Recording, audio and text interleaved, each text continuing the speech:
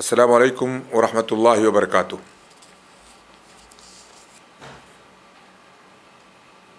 بسم اللہ الرحمن الرحیم، والصلاۃ والسلام علی سید المرسلین نبینا محمد وعلی آلہ وصحبہ اجمعین ومن تبعہم بإحسان الی یوم الدین، وبعد۔ معزز ناظرین کرام،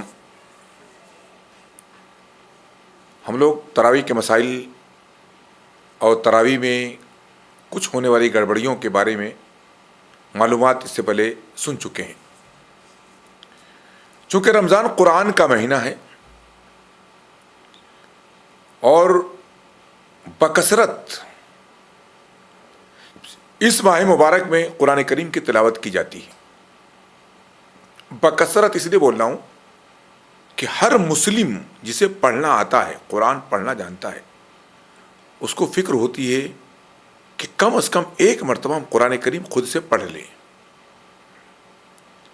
ورنہ لوگ کئی مرتبہ قرآن کریم ختم کرتے ہیں، ترجمے کے ساتھ پڑھتے ہیں، تفسیر کے ساتھ پڑھتے ہیں، زیادہ سے زیادہ قرآن سے ان کا لگاؤ ہوتا ہے، تراویح میں سنتے ہیں، قرآن کے دروس سنتے ہیں، شوق ہو جاتا ہے، ربط ہو جاتا ہے انسان کا قرآن کریم سے۔ اب قرآن کریم جب پڑھتے ہیں تو قرآن کریم کے آداب، اس کے پڑھنے کے آداب کے ساتھ ساتھ ایک عظیم ادب ہے کہ قرآن کریم میں آپ دیکھے ہوں گے کہیں کہیں سجدے آتے ہیں، جن کو ہم سجدے تلاوت بولتے ہیں۔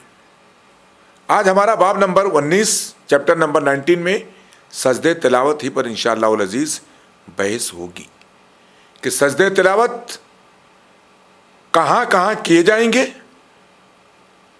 سجدے تلاوت کی دعا کیا ہے، کیا سجدے تلاوت کرنے کے لیے تکبیر کہنا یا رفع الیدین کر کے نماز میں ہے تو نیچے جانا ضروری ہے، یا یہ کہ سجدے تلاوت امام کے ساتھ سجدے تلاوت کریں گے تو اس کا کیا حکم ہے۔ یہ سارے مسائل انشاءاللہ العزیز سجدے تلاوت سے متعلق آج کے درس میں انشاءاللہ ہم لیں گے۔ آئیے دیکھتے ہیں، یہ قرآن کریم کے آداب سے متعلق ایک اہم ادب ہے، ایک اہم درس ہے سجدے تلاوت۔ قرآن کریم میں بعض آیات ایسی ہیں جنہیں پڑھ کر نبی کریم صلی اللہ علیہ وسلم نے سجدہ کیا تھا، پس آپ صلی اللہ علیہ وسلم کی اقتداء میں مسلمانوں کے لیے بھی مشروع ہے۔ مشروع یعنی شریعت نے اس کا حکم دیا ہے، ایسا کرنا مسنون و مستحب ہے کہ وہ ان آیات پر سجدہ کریں۔ ان سجدوں کو سجود تلاوت کہتے ہیں۔ قرآن میں جو سجدے آتے ہیں ہم ان کو کیا بولتے ہیں؟ سجود تلاوت۔ سجدے تلاوت کے مقامات، سجدے تلاوت قرآن میں کہاں کہاں ہیں، ان سجدوں کی کل تعداد کے بارے میں اہل علم کے یہاں اختلاف ہے، علماء کیا اختلاف ہے کہاں کہاں سجدہ کیا جائے گا، لیکن قرآن میں جو تعداد ہے کل 15 سجدے ہیں۔ ذیل میں نیچے جو ہے ان سجدوں کے مقامات جاننے کے متعلقہ صورتوں اور آیتوں کا حوالہ دیا جا رہا ہے۔ یہ حوالہ علامہ شوکانی رحمۃ اللہ علیہ کی کتاب نیل الاوتار سے لیا گیا ہے۔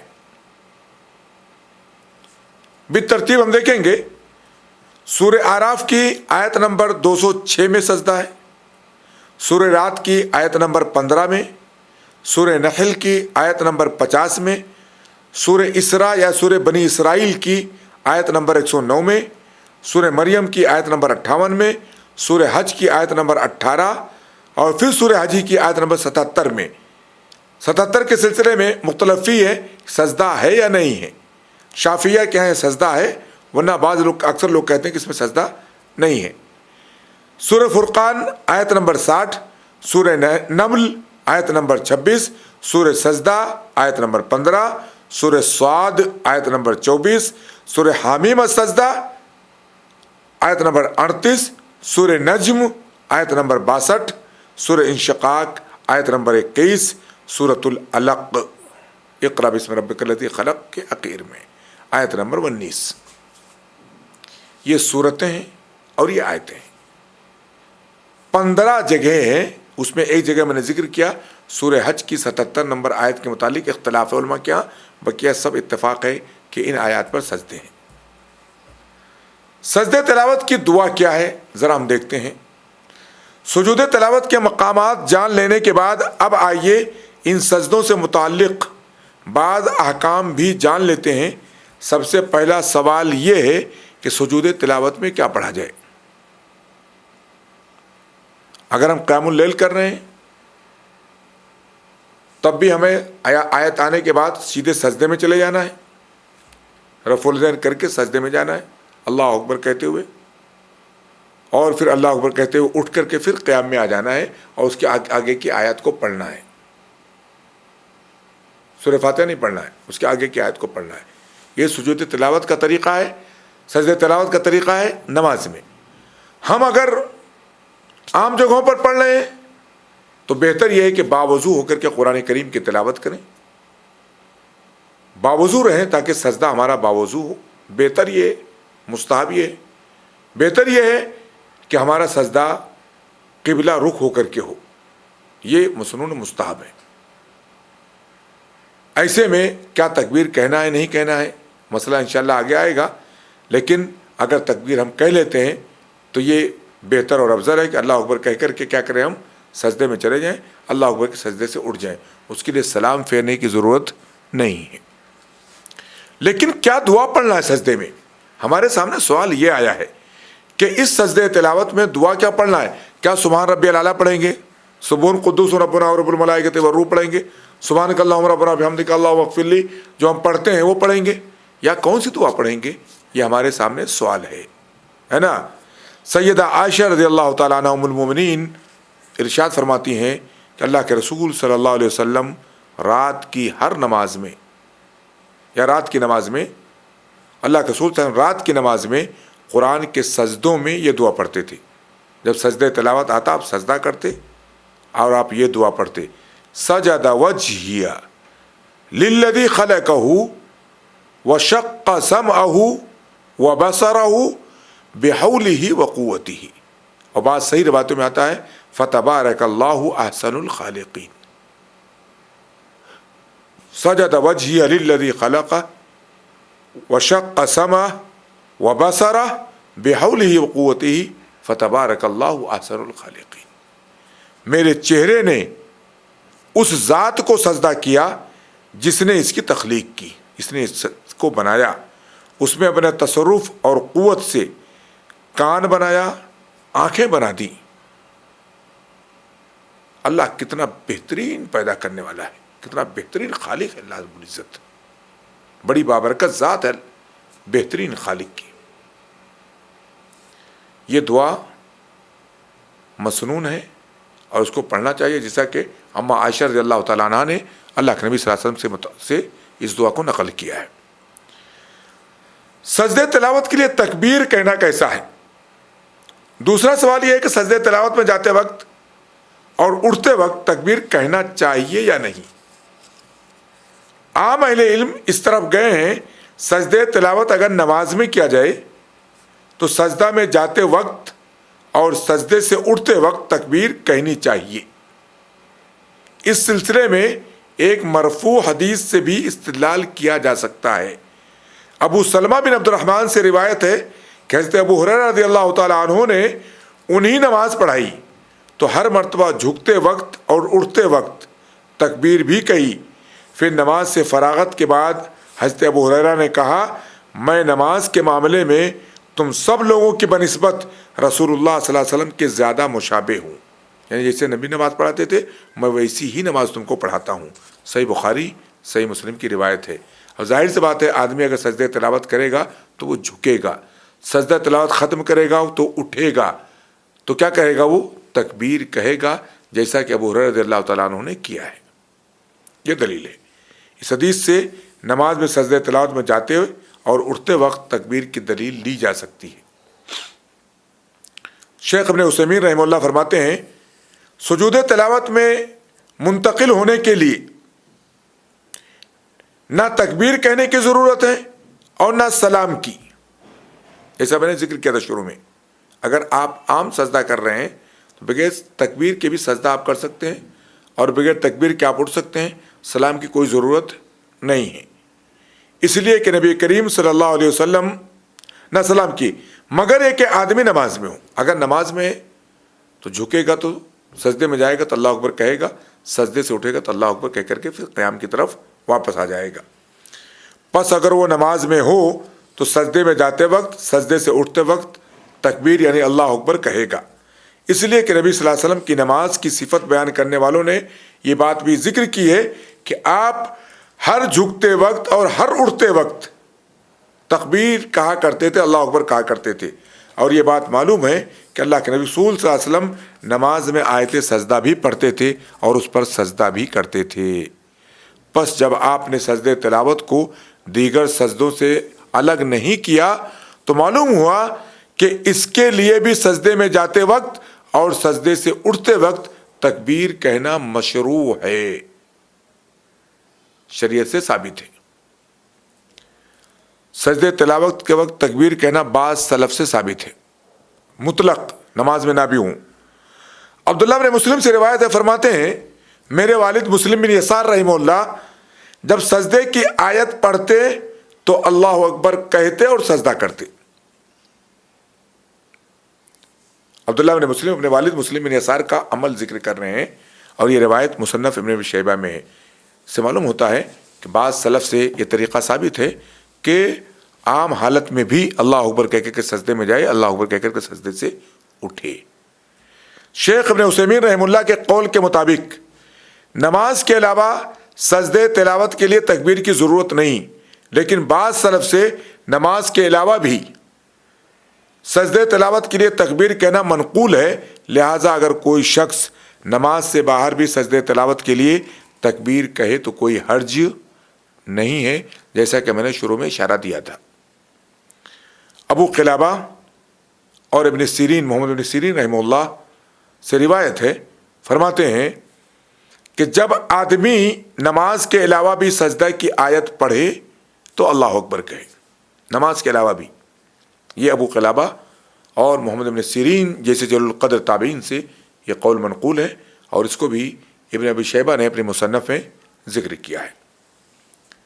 اگلا مسئلہ یہ ہے سجدے تلاوت کے لیے رفع الیدین۔ اگر ہم سجدے تلاوت کر رہے ہیں تو کیا رفع الیدین کریں گے یا کہاں کریں گے؟ ذرا غور سے مسئلے کو سنیے گا۔ سجدے تلاوت کے لیے دونوں ہاتھوں کو اٹھانا، بعض سلف سے سجود تلاوت کے لیے تکبیر کے ساتھ رفع الیدین بھی ثابت ہے، لیکن یہ نماز کے ساتھ خاص ہے، نماز کے ساتھ خاص ہے۔ مسلم بن یسار رحمہ اللہ فرماتے ہیں آدمی جب سجدہ کی آیت پڑھے تو فوراً سجدہ نہ کرے بلکہ پوری آیت پڑھ لے، جہاں پر سجدہ کا حکم ہے یا سجدے کی آیت جہاں ختم ہو رہی ہے پوری آیت پڑھ لے، پھر جب سجدہ کا موقع آئے تو رفع الیدین کرے اور تکبیر کہہ کر کے سجدے میں چلا جائے۔ امام بحقی رحمہ اللہ نے اس روایت کو ذکر کیا ہے۔ اس کی تائید ایک مرفوع روایت سے بھی ہوتی ہے جس میں حضرت عبداللہ بن عمر رضی اللہ تعالیٰ عنہ فرماتے ہیں کہ اللہ کے رسول صلی اللہ علیہ وسلم رکوع سے قبل ہر تکبیر پر رفع الیدین کرتے تھے۔ تو سجدے کے لیے بھی جو تکبیر ہے وہ کون سی ہے؟ رکوع سے قبل کی تکبیر ہے۔ تو اللہ کے نبی صلی اللہ علیہ وسلم کی اس سنت پر عمل کرتے ہوئے ہمیں جب سجدے میں جانا ہے تو اللہ اکبر کہہ کر رفع الیدین کر کے پھر سجدے میں جانا چاہیے۔ سنن ابی داؤد کی روایت ہے۔ شیخ زبیر علی زئی رحمہ اللہ نے اس حدیث سے سجدے تلاوت میں جاتے وقت تکبیر کے ساتھ رفع الیدین پر استدلال کیا ہے، دلیل پکڑی ہے کہ یہ حدیث ہمیں بتلاتی ہے کہ سجدے تلاوت میں اگر جانا ہے تو اللہ اکبر کہہ کر کے رفع الیدین کہہ کر کے، نماز میں اگر ہمیں تو رفع الیدین کر کے تب سجدے تلاوت میں جانا ہے۔ یہاں یہ بات ملحوظ رہے کہ اس حدیث میں نماز ہی کے سجدے تلاوت کے لیے رفع الیدین کی دلیل ہے، نماز ہی کے سجدے تلاوت کے لیے۔ اس لیے نماز کے علاوہ سجدے تلاوت کیا جائے تو اس کے لیے رفع الیدین نہیں کرنا ہے، کیونکہ ہمارے پاس جو دلیلیں ہیں وہ بتلاتی ہیں کہ اللہ کے نبی صلی اللہ علیہ وسلم رکوع کے پہلے جو رفع تکبیر کہتے ہیں اس میں آپ رفع الیدین کیا کرتے تھے؟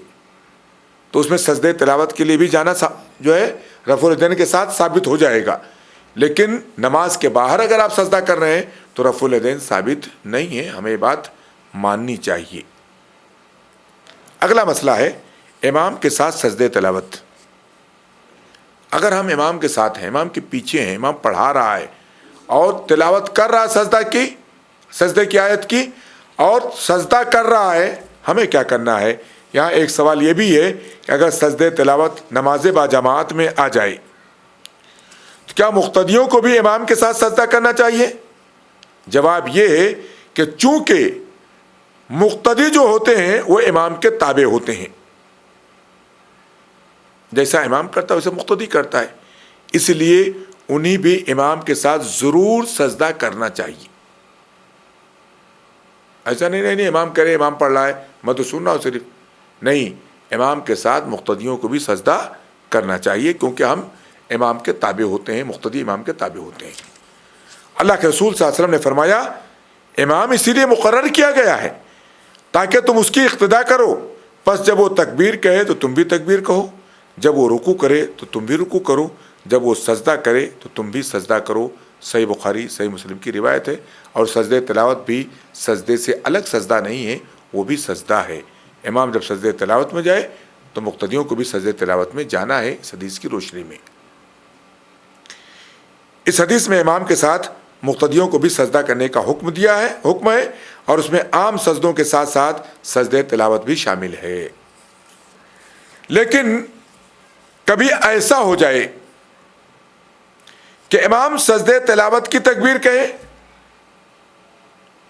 مقتدی کو نہیں پتا یہاں پر سجدہ کیا جاتا ہے، اور مقتدی غفلت یا لا علمی کے سبب اسے رکوع کی تکبیر سمجھ کر رکوع میں چلا جائے،